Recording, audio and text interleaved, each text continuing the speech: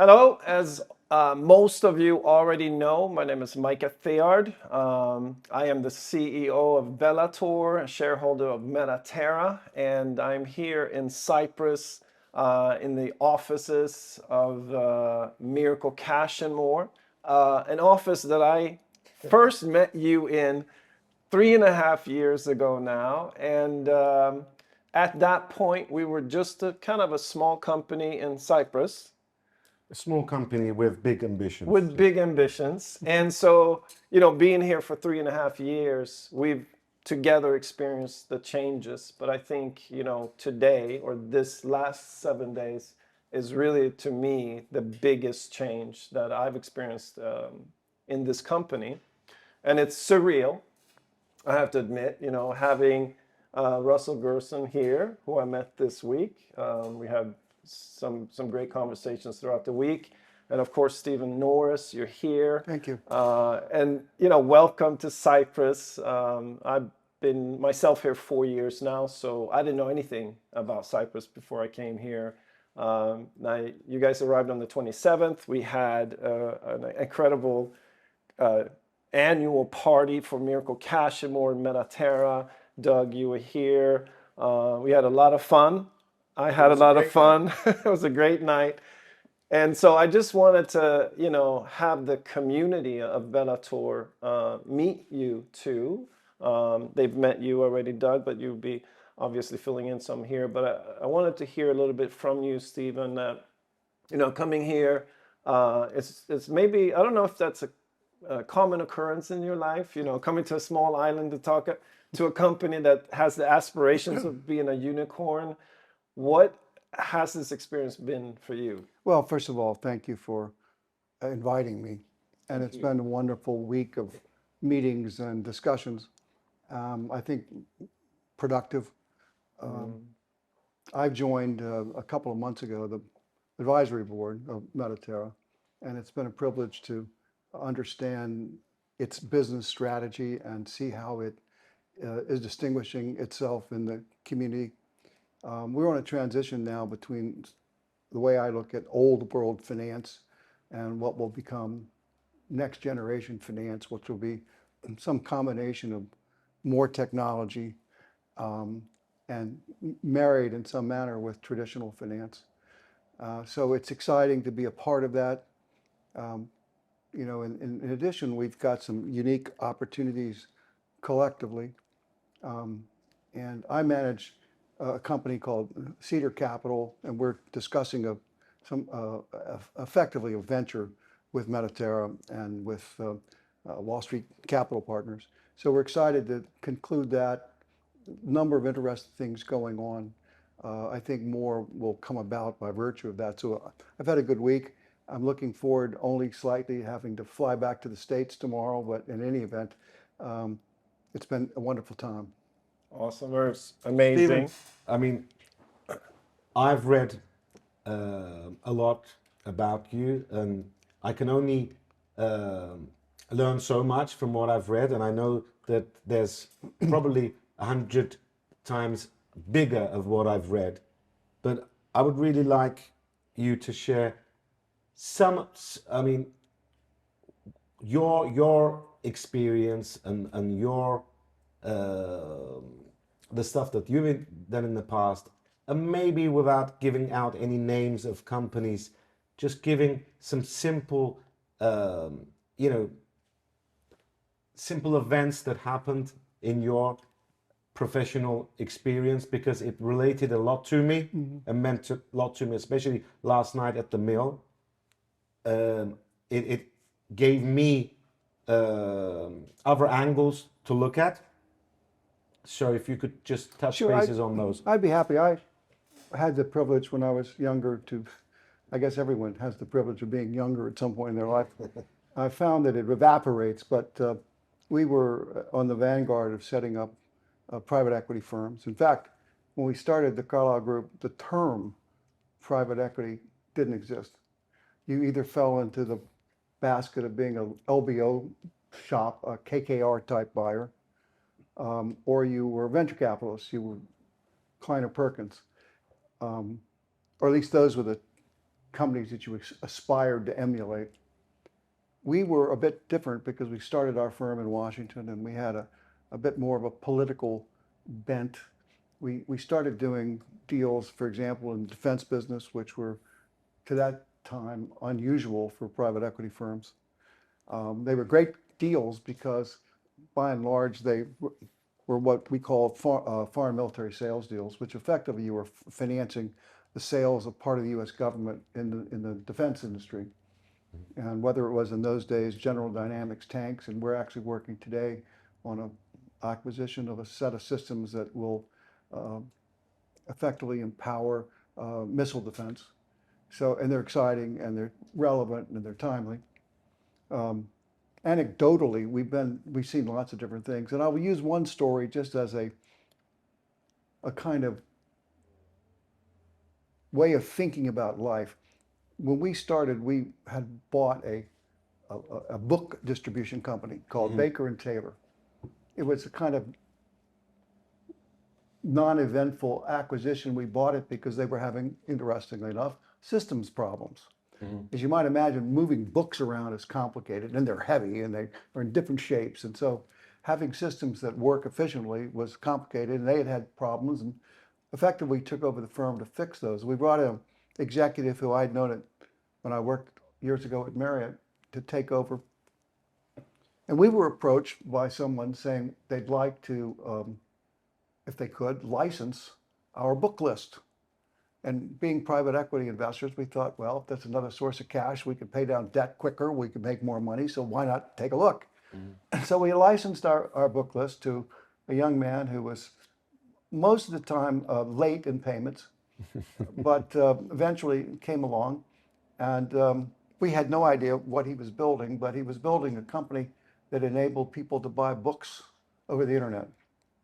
And you might imagine that company is now a very large company called Amazon. But when we were doing that deal all those years ago, we had no idea where it was all going. We just knew we sat in the kind of crease between new finance and old finance and where the world might be going and where it come from. And Metaterra, interestingly enough, is sort of in the same position. I think that I've now had enough discussions with really sophisticated managers and engineers here that I get a pretty good feel for exactly what you're trying to do. But I suspect that the average Wall Street executive needs some education. And so that in itself is exciting to see how a company like this grows and the things that it can influence and touch. So for me, being on the advisory board is a privilege, and I look forward to it, continuing to work with all of you. But effectively, in the world we live in today, you can take a business as far as you can dream and as far as you can build relationships and raise capital. And I think Metaterra is well positioned for all of those things. Well, Thank you. thank you. So I wanted to move over to you really quick. We have a few things to cover, but you're officially now joining the advisory board as well. And you were here with all of us. Is there anything that you like to share about what it was like to be around, Hakan and Doug and go over these plans that we have? Well, first of all, and for people to know, Russell's past and who he is, would be great. sure. So first of all, thank you very much. It's a real honor and a pleasure to be here. Thank you for privilege for us. your hospitality, but it has been an eye-opening experience seeing what Metaterra is doing, what you're doing with Miracle Pay. I'll go back to Steve for a second before I'll talk a little bit about myself.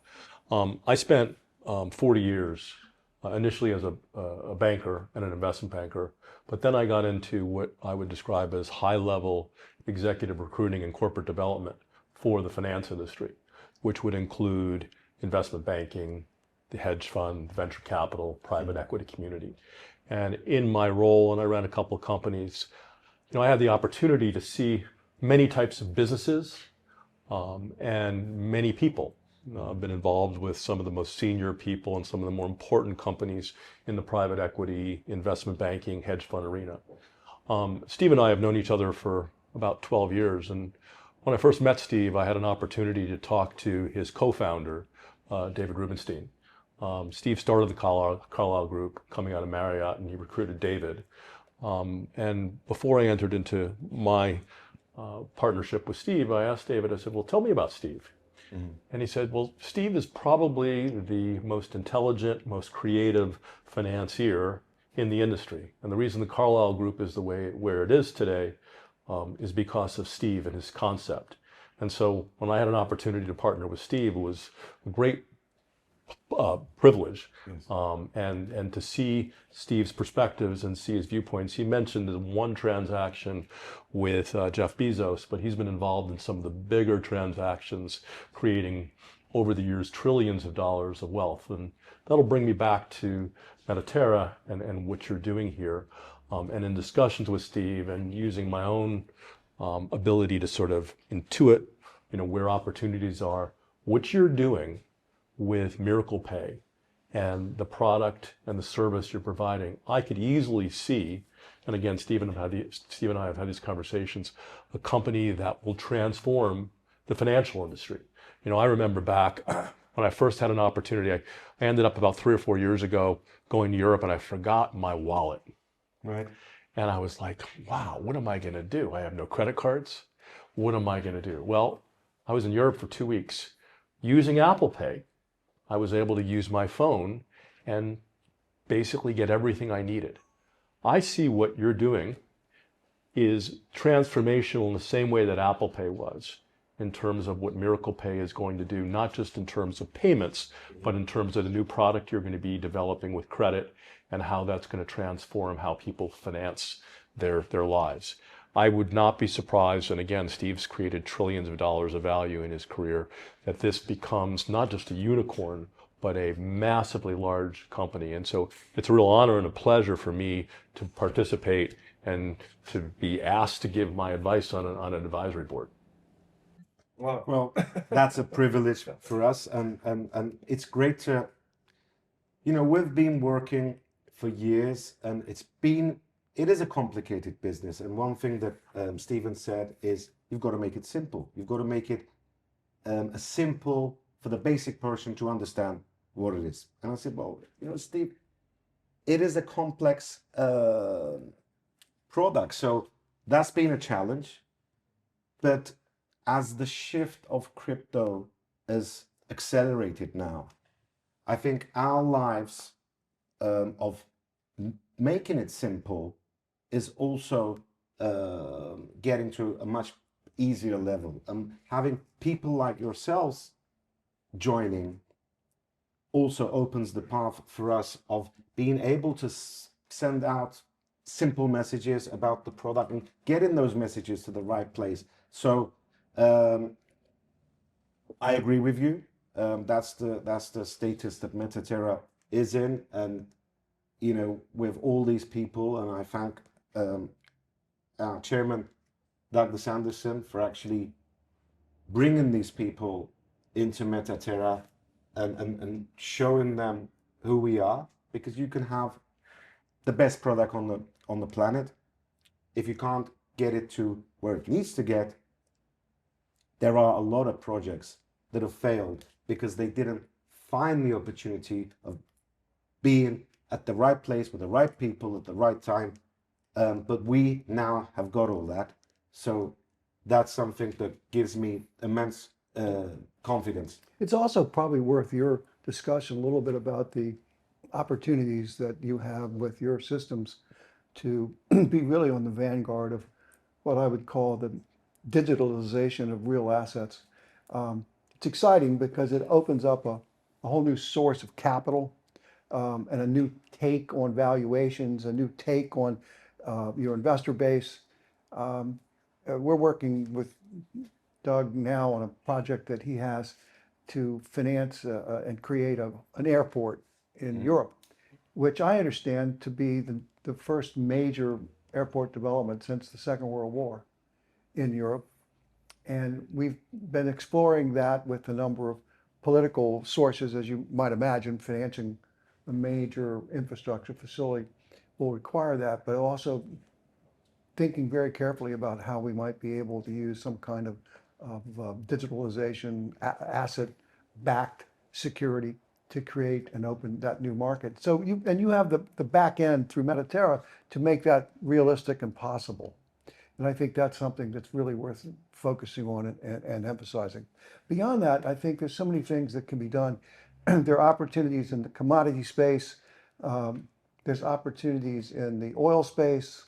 There's opportunities in a number of areas where the kind of digital technology that you've invented will be unique, and I think open up and allow people to explore new ways of financing old commodities.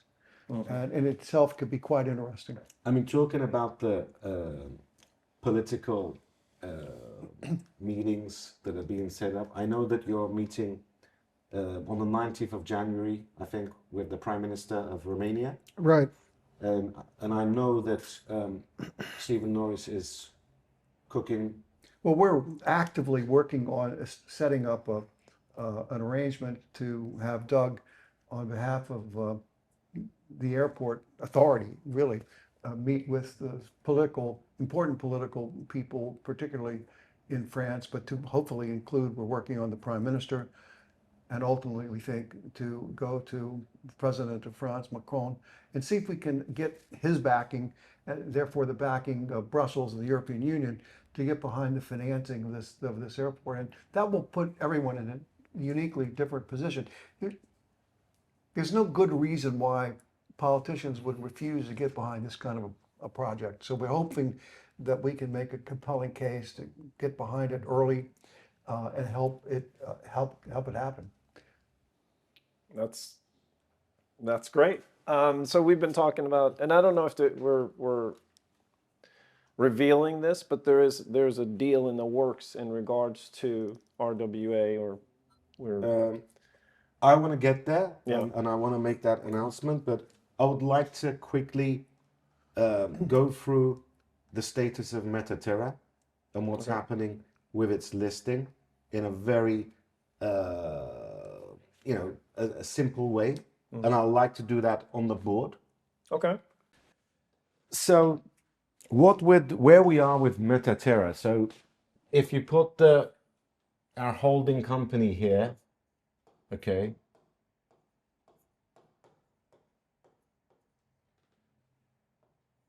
we've already got Miracle Pay, and this whole setup is owned 100% by Metaterra. And currently there's deals that we've announced, and we've already signed deals that we're preparing ourselves to announce. But for 2026, we have a KPI that we will have a minimum of 150K merchants. Okay, this itself puts Metaterra into a unicorn, and you can do the numbers. Huge. You know, right? And as you know, we have a signed Ingenico contract. We have a signed Exclusive. Pax contract, yes, and we have Shopify, and we've got NCR. This and represents Verifone. the majority of POS transactions on the planet. So Miracle Pay is a payment gateway, and today we're by far ahead than any company out there. We're actually awarded, and I can't give the name of the award, but very soon there will be an announcement of an award of Miracle Pay being the best crypto payment gateway of Europe. So that's coming, and that really put me into tears when I saw it, and that will be announced very soon. But we didn't stop with Miracle Pay being a payment gateway. So we have a second leg, which is our Score company. And our Score company is building a Score, which is not only a project now, it's a project that the product is nearly finished, and we go live end of April 2026. And there we've got Paul Randall, one of a top data analytic guy, a top CEO of working with credit bureaus for years. This score is not only coming to enhance Miracle Pay, but it's coming to generate revenue from providing scoring, Web3 scoring, bringing the unbanked into the banked for financial institutions globally. These scores are extremely valuable commodities. And Russell, we were discussing, and you was talking about, it's not only an EBITDA of a company, data actually makes a big difference in the multiplier of valuation. Well, my understanding, having spent quite a bit of time in the fintech area over the last 4 or 5 years, is that data gets the highest multiple of any of these businesses. I had a conversation. I met Elon Musk once, and when I spoke to Elon Musk, I spoke about Tesla. He says, "We're as much in the car business as we are on the data business. The data we collect in the cars is some of the most valuable part of the valuation of the company." So this, I think, is arguably one of the most important parts of the Metaterra universe. Right. So Metaterra owns 90% of this company, and 10% is allocated for the C-level management team with certain KPIs and really pushed to the exit incentive. And our third leg is our Web3 world, and our Web3 world is our chain, is our wallet, is our DEX, is our collateralized lending borrowing, is lottery. All this that we're building, that's coming in, Metaterra owns 100%. There's a big data play there as well. Yes. Yeah, and all these new functions that we're adding onto this chain that we have is just going to create more and more transactions. And in today's world, it's the number of transactions that really give the value to the chain. In this chain, we're really focusing on our launchpad, and I pull this as a fourth leg as RWA. This is something that we really think we know is the future, because the future of finance is going to be tokenization. It's going to be asset-backed, real-world asset-backed tokenization. So having the fact of building this world and having a launchpad there with the experience and knowledge we have to date, and this is 100% again owned by Metaterra. We're looking, that's where the airport project comes in. That's where with all these muscles that we've built, we're talking about real world assets such as oil-backed token projects that is going to happen, but we have everything ready today. We have the people that can bring us there, and that's something that will be obviously released in more detail in another call.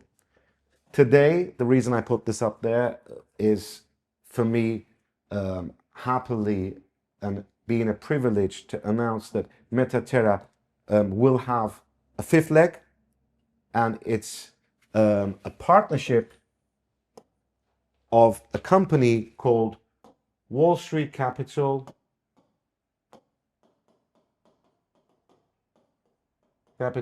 Partners.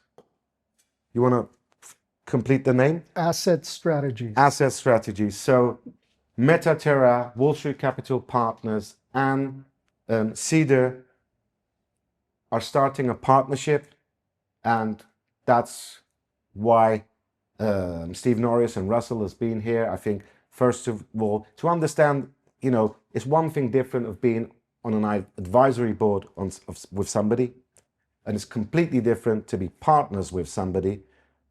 Is there anything that we can all bring to the table and, connect and create something bigger? And that's where that's what we've decided. And as I said, it's a privilege to announce this. So this is Metaterra, and that's what's going to the OTC market. We did talk about, we're in the last 30, 45 days. I know everything is going fantastic there. You can touch bases in a couple of sentences. But that's what we're bringing to the market. And where are we, and what do you think that brings to the market? So I think this kind of all grew out of the extraordinary opportunity to tokenize the only privately held and one of the largest capital airports in Europe. The last airport that was built in Romania was by the Germans in World War II. So this is, we're going from a 14 million capacity airport to a 40 million capacity airport. We're going from zero cargo to 1 million tons of cargo. And so this will be effectively the largest real world asset ever tokenized. That moniker will be huge in terms of Metaterra, in terms of Wall Street Capital being involved in it as well. What happened from there, a trend on Wall Street has been some of the larger sovereign funds and other huge hedge funds to reevaluate their portfolios and to see what they can liquidate or leverage from. And we never had the tokenization tools before, and now we do. Wall Street Capital, we have skills in valuing assets. We have skills in selling portfolio assets into the secondary market.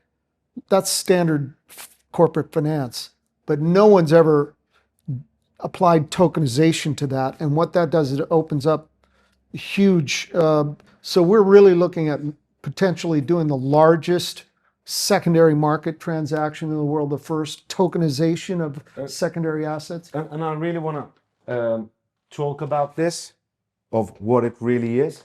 But when you was talking about the airport, it's not only tokenization. I would like to say that it actually has a big effect on Miracle Pay as well.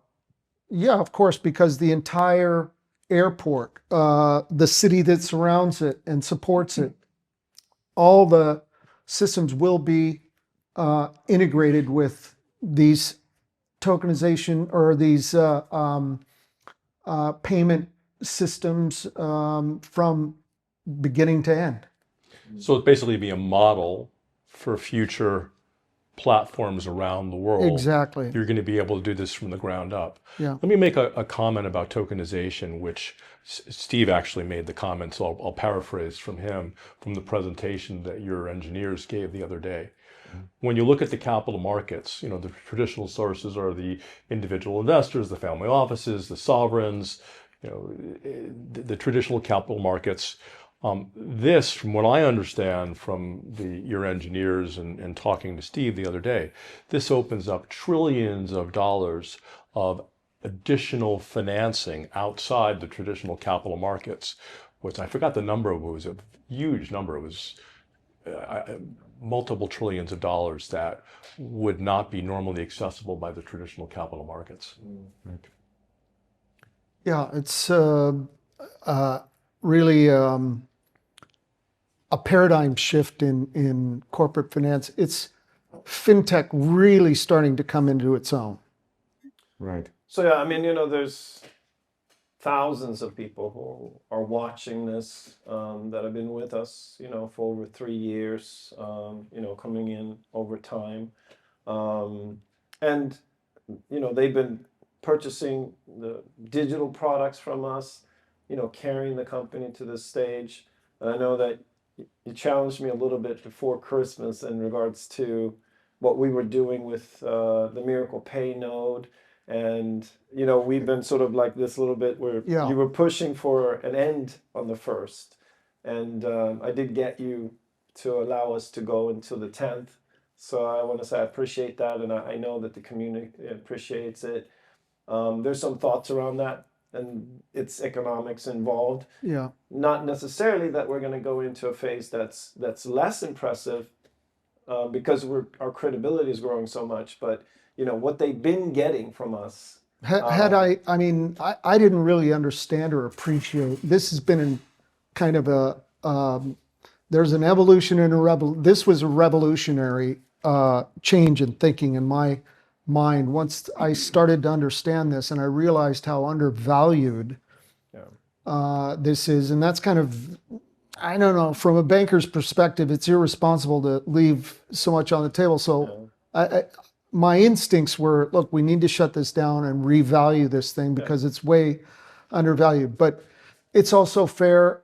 People that have been with you a long time don't pull the rug out from under them, and ride it along. It speaks to that, the value is when you're early, you get more. Yeah. And now that the credibility is increasing, of course, we need to go to the next stage. Yeah.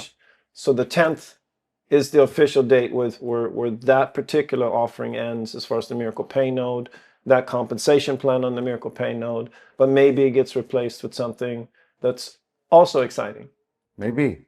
So just to add on, so underneath Metaterra, Metaterra also owns 65% of Bellator, so that will be going into Bellator as well.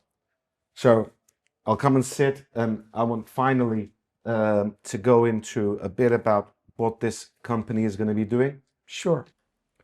So finally, as I said, it is a privilege to announce this partnership with Multi Capital and Cedar. I know what it is, we know what it is, but in a nutshell, what is, just so people understand, what is this business really going to be focusing on? So what you have are there's kind of a shift on Wall Street with a lot of the sovereign funds, family offices, large funds that have portfolios, and they're looking at these 8-10 year portfolio lifespans, and a lot of them come towards an end, and they want to liquidate some of the assets inside of there. And so what that's called is the secondary market. And Wall Street Capital Partners is very skilled at being able to value those assets, where you bring them to sell them, and recommendations and Well, I things guess like it's that. very easy to sell because it has a track record. And Well, yeah. it's known to what it is. The traditional private equity model, generally speaking, known as that some group of skilled people, or maybe some new kids who had a very good ability to sell themselves to potential investors, come together and say, we're going to raise a fund of money and go and buy assets. They could be focused in particular areas, or they could be generalists. And when we set up Carlyle, it was early enough that there really wasn't that degree of differentiation at the time. And we were fortunate in that we were able to buy assets when we thought they made sense. And that is good prices, more importantly, or as importantly as a good price, is managed by outstanding teams. Today, that model is still, generally speaking, exists, and people are raising a lot of capital around it. At the same time, the so-called secondary market has grown up to enable people who are holding portfolios, and it could be sovereign wealth funds, it could be the California Public Pension Fund, for example. CalPERS has done a major transaction. They've done a major transaction with the Singapore Investment Authority, and a number of other family offices who have holding assets have turned to the secondary market to sell assets. It might just be because they think it's a good time to sell, or it might be because they want to diversify their holdings, or it might be that they have identified other opportunities. And so the secondary market enables a category of investors to take over those portfolios. They're more advantageous than a traditional private equity fund, perhaps, in that the management's identified, the portfolio that you're buying into is identified, it's not a blind pool, and it enables you to redeploy capital in areas that might be more advantageous. For example, the Yale pension fund was restructuring its portfolio holdings to modernize it to some extent, and they turned to a secondary transaction. So there's a very big market. There's 2 or 3 major buyers of such positions, and then any number of family offices, particularly in the States, but also in Europe, that are looking for these kinds of opportunities. So one of the side benefits of this kind of resurgence of this kind of financing is the exposure you have to those clients who also happen to have assets that they haven't traditionally looked at as being something that they could leverage from. And so with tokenization, this opens those assets up. And so we can approach those companies, and that's why we partnered. And I think the good thing of what we have been discussing yesterday as well is for us, we're coming in as a partner into something that's been cooking for a couple of years, and we're talking about 6 months from today to be in a position to start selling into the secondary market. Yeah, and it's And that's, we you don't simply get that with a business, because I've been, not as long as you and not as many as you, but I know how long it takes to start being in the position of selling and being in the position and coming into a company that will bring you to 6 months revenue is something very exciting. At the same time, that company leading and opening doors of the mega shift of tokenization and allowing us to sit in front of the right people is just both. timing is It builds perfect. to Yeah. a kind of crescendo. In our business, generally speaking, you have to have a feel for what is doable and when. And this, in my mind, has been now for 5 or 6, 7 months, actually back toward almost to the first of the last year. These mega trends are such that the timing is right, and there's a lot of capital looking for a home that's differentiated or not highly correlated with other holdings that they already have. So that's in a nutshell. I'll make an interesting, I think, an important comment here. Steve has probably close to 50 years of knowledge and Not expertise. just because I'm old. But, Unfortunately. but as I mentioned before, he's been involved in some of the most important transactions in the history of the modern modern financial world, including creating the Carlyle Group. What's really exciting to me as an outsider and as an advisor to Metaterra and also an advisor to Steve is the ability to marry that expertise, that knowledge, and some very specific transactions that Steve has been working on now for 5 years with the expertise that Metaterra has in tokenization and Doug's knowledge, expertise, and track record Secondary market. is really exciting. It's exciting. fits. And I'm putting my corporate development headhunter hat on, being one of the top people in that business for many years. It's very rare when you see all those things come together. And if you execute properly, if we execute properly, we will create an incredibly large and significant and important company. I have one question, because you mentioned that you saw Score as one of the biggest entities. So how does that compare to this division that we're talking about? It's different. I mean, that's a totally different product. I mean, if you look at traditional credit scoring and how consumers and businesses financed their activities, particularly consumers, they relied on the 3 credit reporting agencies in the United States, at least, and I think Experian, and Equifax. This is a whole new way of looking at credit, taking in this whole new generation of people that are in the crypto world. That will be transformative. It's the same shift of credit card to crypto on payment. It's the same shift from traditional score to Web3 score. It's all coming in parallel at the same time. Exactly. And what does Ford Motor Company value a client, client acquisition data? As I mentioned when I mentioned the Elon Musk comment, 1,500, 2,000? Yeah, or easy. a bank. Barclays, the cost of acquiring a new customer for Barclays Bank, they said is £2,000. Okay. So you can imagine by capturing this group, hundreds of millions of people, Incredibly valuable. maybe billions of people worldwide, Yeah.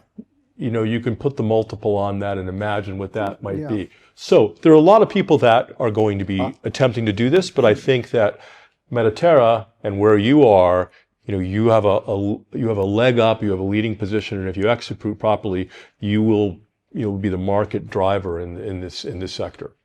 I just want to say a last thing with, and I won't give a name, and I won't give a number, so I think that'll be okay with Stephen Norris. The secondary market, am I right to say that the secondary market project that is being worked on at the moment is the largest secondary market deal ever done before? Just the standard corporate can I finance say one. that? Yes, that's By a multiple. yeah. And the deal that's envisioned in tokenization in a particular eclipse that. sector Is the largest will by be far. one of the eclipse largest. that. It would eclipse that. Yeah. So, gentlemen, I would like to say that it was an honor, privilege to see you here, having your valuable time spent with us in Cyprus, and getting to a position to, having yourselves on the advisory board as well, but actually becoming partners in business as well has been my honor and privilege, and I'll thank you, and I'll thank our chairman, and I know Micah's very excited about this. So I would say just on behalf of maybe 15 to 20,000 people who stand to benefit from what's happening here, and that you guys are part of this. Thank you on behalf of all of them. I'm sure we have thousands of people smiling on this content, so we're very, very excited about what's happening here. So thank you. And I'd like for me to thank everyone for their hospitality the last week we've been here, and I look forward to seeing you soon, perhaps in New York. And there are a lot of things to be done over the coming, couple of months, and if we have to A lot of hard work ahead of us. roll up our sleeves and get going. That's right. And I thank you, sir. Thank you very much. Thank you. Thank you all. Thank you. Thank you, everyone. Metaterra, shaping the future of finance.